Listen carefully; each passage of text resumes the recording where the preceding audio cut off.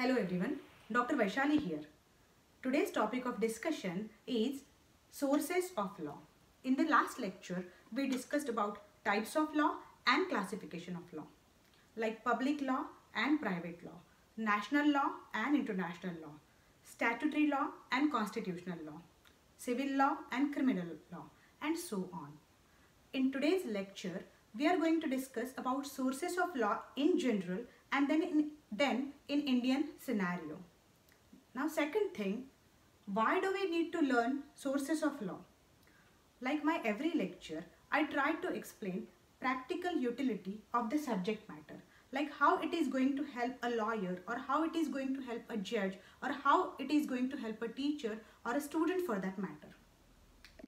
While interpreting a law, what we do? We cannot import the law from nowhere. Then what we do? We try to interpret that particular section in a statute. If we cannot do that, we try to get some help from a dictionary. We take a dictionary and we try to interpret the law. If we cannot get any help from the dictionary, we can refer to General Clauses Act. After General Clauses Act comes the Constitution of India. We can try to get some help from Constitution of India, whether a particular statute goes along with the Constitution or not.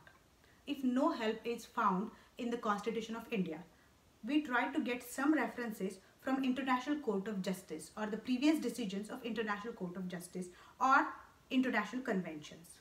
If we cannot get any help from that source as well, what we do? We try to get help from similar legal system or from legal systems of a countries having similar legal ideology. If we cannot find help from anywhere, we try to go as per justice, equity and good conscience.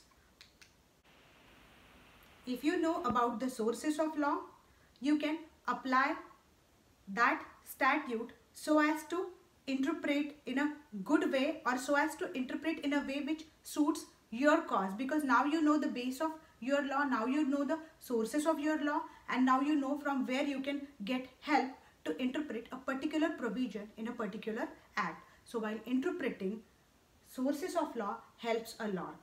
They help a student, they help a teacher, they help a lawyer, they help a judge, and that's why thorough knowledge of sources of law is very essential for any law student. Sources of law are actually varied. There are different sources of law. There are historical sources of law, there are customary sources, there are mercantile tradition sources, there are maritime custom sources, there are religious sources, and the list goes on. In civil law legal system, there are different sources of law. In common law legal systems, there are different sources of law. In civil law legal systems, the sources of law include legal codes such as civil code or criminal code. So basically, statute is the main source of law in civil law countries. And then customs. In common law countries, basic source of law is judicial decisions. So judicial decisions or judgment law, judicial customs and equity are the general sources of law in common law countries. Practically speaking, civil law systems often absorb ideas from the common law and vice versa. Scotland, for an instance, has a hybrid form of law. So does South Africa, whose law is an amalgamation of common law, civil law and tribal law. A state may comply with international law. It may have a written or federal constitution, or it may have a regional legislature. But normally, it is the central national legislature which is the ultimate source of law. Different schools of law provide for different sources of law. According to Natural Law School, source of law is nothing but nature or God, because according to natural law theory, nature created man or God created man, and nature gave a reason to man, and by using that reason, man can decide between what is good and what is bad. So his decision about good and bad is nothing but law. But this law comes from the nature, and nature is the main, nature or God is the main source of law according to Natural Law School. Now next school comes, which is positivism. Positivism means positively made law. So a law made by a human being for a human being. So this law can come from a ruler and nowadays from a legislature. So this is a law which is a statutory law or a law made by a ruler. Example of natural law is personal law. Example of positive source of law is any law in our country, for example IPC, CRPC. Then according to third school of law, which is historical school of law, law is a creation of historical evolution. So it is not made, it is just found in the historical development. For example, custom, which is found and which is developed and which is accepted by a society. So historical source of law is nothing but custom. Now according to next school of law, society is the source of law. Law comes from society. It is found in society. When it is found, while social interactions happened, law was created. So according to sociological school of law, society is the source of law. According to realistic school of law, judge-made law is the source of law. So law comes from judges. So see, these are the sources of law. According to natural law, nature or God is the source of law.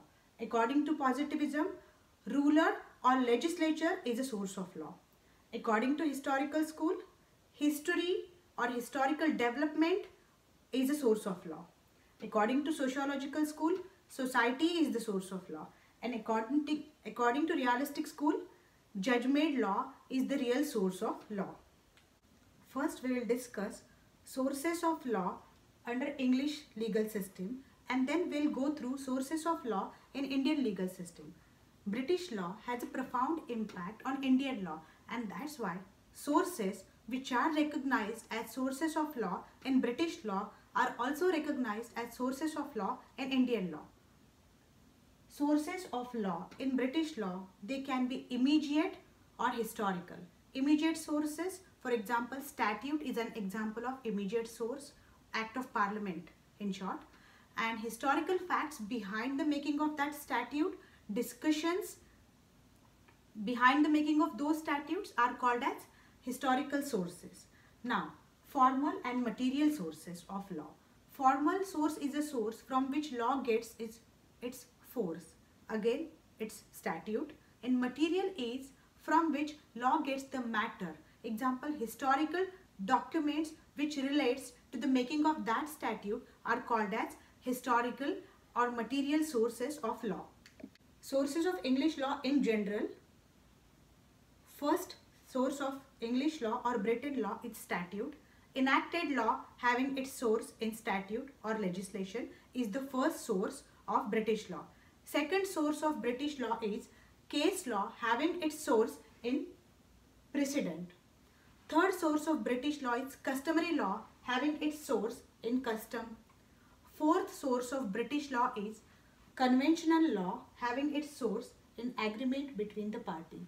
And last source of British law is juristic law which is condensed in professional opinions of experts. So these are the sources of British law. Now let us quickly go through sources of law in the Indian legal system. In the Indian legal system, first and foremost source of law is nothing but Constitution of India. In India, we follow constitutional supremacy. As per the principle of constitutional supremacy, Constitution is the basic law of land, and any law or any act of parliament must be in accordance with the Constitution of India. So first and foremost source of law in India is Constitution of India. Now second source of law as per the Indian system, it's statutory law. Statute means an act of parliament.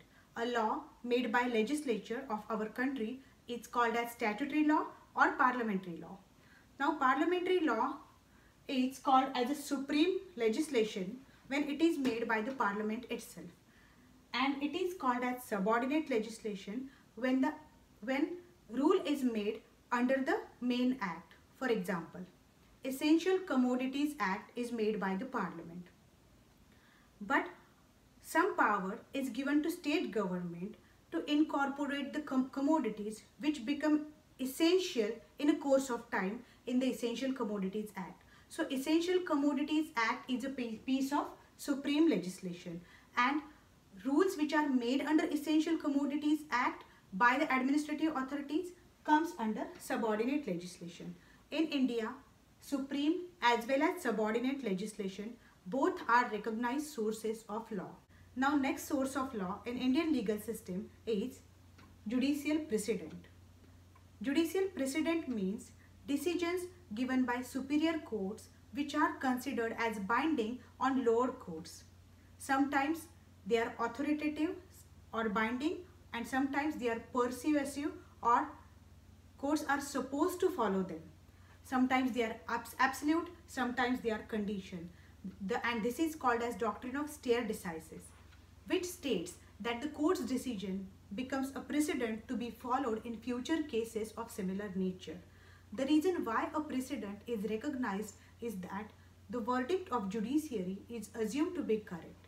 The use of precedent helps in bringing clarity and stability in judicial system, and which is a very well recognized source of law in Indian legal system. Precedent has two parts, ratio descendendi and obiter dicta. Ratio descendendi is a Latin term which means the reason for the decision and refers to statement of critical facts and law of the case. These are vital to the court's decision itself. Obiter dicta are additional observations, remarks and opinions of other issues made in that particular case. Both these types of decisions are treated as precedent and treated as a source of law. But ratio descendendi is a binding source of law, and obiters, they have a persuasive type of value. Next source of law is customary law.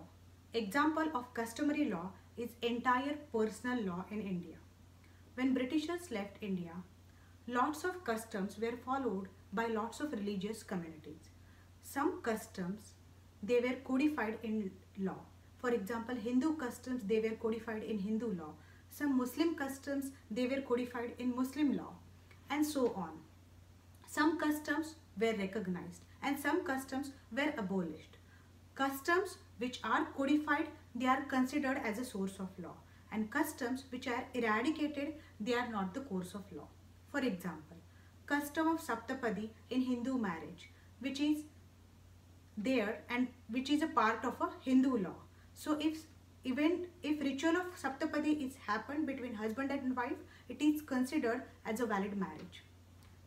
Then custom of child marriage, which was against the Constitution of India or against the principle of equality, and that's why that custom has been eradicated. So some customs are respected by the Indian law as a source of law, and some customs are abolished. For example, custom or tradition of sati. So customs or traditions which go along with the constitutional principles, they are still there, and customs which were going against the constitutional principles, they are eradicated from the law. But still, custom is a very well recognized source of law in India.